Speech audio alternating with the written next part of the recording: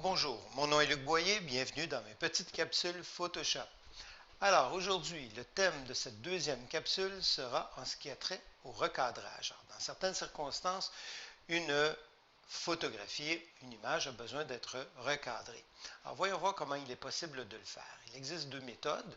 En fait, vous pouvez y aller avec l'outil de sélection ici et après ça, tout simplement faire image, évidemment, recadrer. Ou alors, il est possible d'y aller tout simplement avec l'outil de rognage, qu'on appelle aussi plus particulièrement l'outil de recadrage. Donc, en faisant l'outil de recadrage, vous allez avoir deux possibilités. Vous pouvez le laisser dans son rapport ici initial, ce qui permettrait de faire quelque chose comme ceci. Maintenant, lorsque vous y allez avec les proportions libres, sachez qu'il peut y avoir des petites difficultés en ce qui a trait avec une impression papier, par exemple. Si vous voulez opter vers quelque chose qui soit plus sûr, vous pouvez opter vers des formats qui sont déjà préalablement disponibles, comme par exemple le format 8 par 10 ou le format 5 par 7 ou le format 3.2 qu'on utilise beaucoup, soit évidemment les fameuses photographies 4 par 6 ou alors 8 par 12. Vous pouvez aussi opter, si vous désirez, vers un format 16:9 qui serait un format qu'on retrouve plus particulièrement dans un contexte de télévision. Si vous permettez, je vais y aller avec une autre méthode. Je vais opter pour des proportions déjà, que je vais moi-même, que je désire. Alors donc, ici, je vais y aller vers un format qu'on appelle le format 3.2, qui est le format le plus universel dans le domaine de la photographie. Maintenant, évidemment, il est possible d'alterner en hauteur ou en largeur selon nos besoins.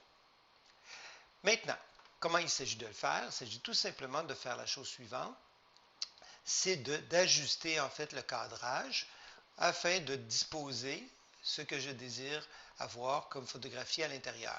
Alors donc ici, je déplace tout simplement ici la personne, en fait mon sujet à l'intérieur. Une petite règle qu'on voit souvent en photographie, c'est de penser toujours à notre règle de tiers, la règle des tiers.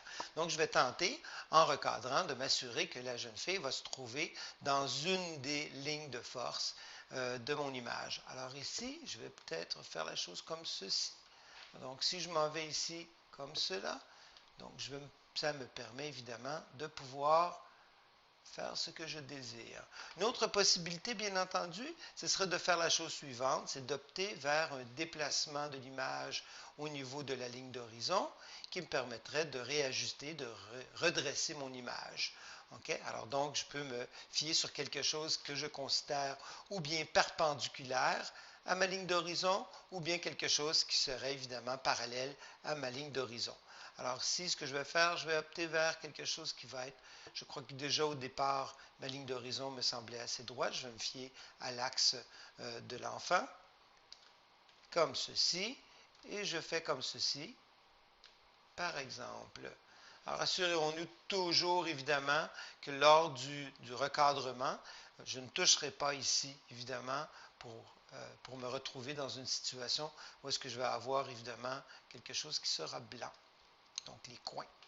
Alors ici, ça me convient parfaitement. Je crois avoir fait ça comme il faut. Donc je fais comme ceci et je fais tout simplement ici, j'accède en lui disant que c'est bel et bien ce que je désire.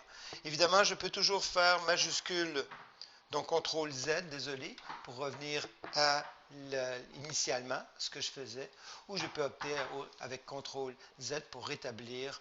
Donc, l'alternance du CTRL Z nous permet de rétablir ou d'annuler la dernière opération. Évidemment, toujours la même chose. Une fois que j'ai fait ceci, je peux opter pour, évidemment, l'enregistrement et toujours garder notre original, évidemment, sans problème.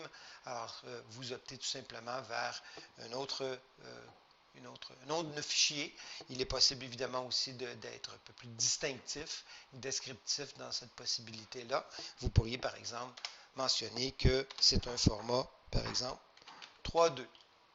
Alors, donc, si je vais y aller en disant tout simplement ici 3 par 2. Donc, alors, ça va être plus facile pour moi de retrouver l'image en temps et lieu. Et j'opte toujours évidemment vers une compression la moins destructive possible, selon évidemment le contexte. Alors je fais simplement OK et je viens de modifier le recadrage de l'image. Une autre possibilité de redresser la ligne d'horizon serait d'y aller évidemment en faisant la chose suivante. Je peux donc faire tourner mon image OK, en optant cette fois-ci vers une résolution qui serait différente.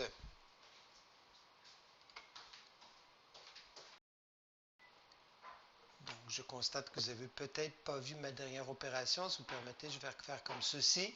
Donc, je fais tout simplement image ici. Et je peux donc opter vers des rotations horaires ou anti-horaires ou alors même paramétrées, okay, qui me permettraient de pouvoir lui donner un angle horaire ou anti-horaire. Pour terminer, il est possible évidemment d'y aller de la façon suivante, toujours dans la rotation de l'image, opter vers une symétrie horizontale ou alors une symétrie évidemment verticale. Alors donc tout simplement en faisant la chose comme ceci.